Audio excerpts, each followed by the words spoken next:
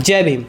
मैं प्रथम कैथवास आज इस वीडियो के माध्यम से हमारे पूजनीय डॉक्टर बाबा साहब भीमराव अम्बेडकर जी की ज़िंदगी से कुछ महत्वपूर्ण मोटिवेशन जो हम सभी को अपनी ज़िंदगी में इम्प्लीमेंट करना चाहिए। जब लोग आपसे कहें कि ये काम आपसे नहीं हो सकता और आप उस काम को कर दिखाएं तो उसके बाद मेरी संतुष्टि को नापा नहीं जा सकता। इसी तरह जिन्हें सार्वजनिक स्थानों से पानी पीने तक की अनुमति नहीं थी, प्यास लगने पे ऊंची जाति के लोग ऊपर से पानी डाल के पिलाते थे, जिन्हें क्लासरूम से बाहर बैठाया जाता था। इतना ही नहीं, जिनसे कई बार पढ़ाई का अधिकार छीनने तक की कोशिश की गई, जिन्हें अनटचेबल कहा गया, उन्होंने वह काम कर दिखाया जो सही में अनटचेबल है।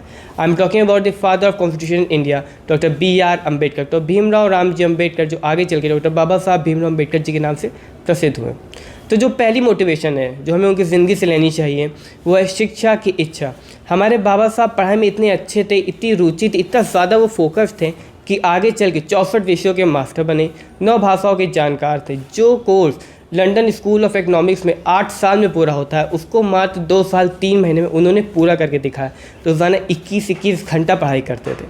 हमारे बाबा साहब का ये मेन मोटिव ही कहना था कि अगर आप सीखेंगे नहीं तो आप जीतेंगे कैसे। दूसरी मोटिवेशन जो उनकी ज़िंदगी से लेनी चाहिए वो है कॉन्फिडेंस, आत्मविश्वास। हमारे बाबा साहब को नहीं पता था कि आगे चल के वो देश के पहले कानून मंत्री बनेंगे या फिर वो देश का कॉन्स्टिट्यूशन लिखेंगे, मगर उनको अपने ऊपर भरोसा था सिस्टम को बदलने का, देश को बदलने का, और उन्होंने वहाँ करके भी दिखाया। तीसरी और सबसे महत्वपूर्ण मोटिवेशन जो उनकी ज़िंदगी से लेनी चाहिए वो है अपनों से पहले समाज का सोचें। हमारे बाबा साहब को जब ये जिम्मेदारी मिली भारतीय कॉन्स्टिट्यूशन की लिखने की, तो उससे पहले उन्होंने 60 दूसरे देशों के कॉन्स्टिट्यूशन की पढ़ाई की, अध्ययन किया, उसके बाद हमारे कॉन्स्टिट्यूशन को लिखा।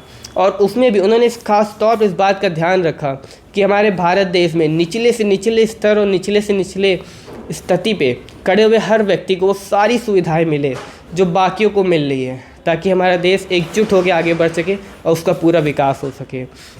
और इस तरह उन्होंने इसकी कॉन्स्टिट्यूशन का निर्माण किया।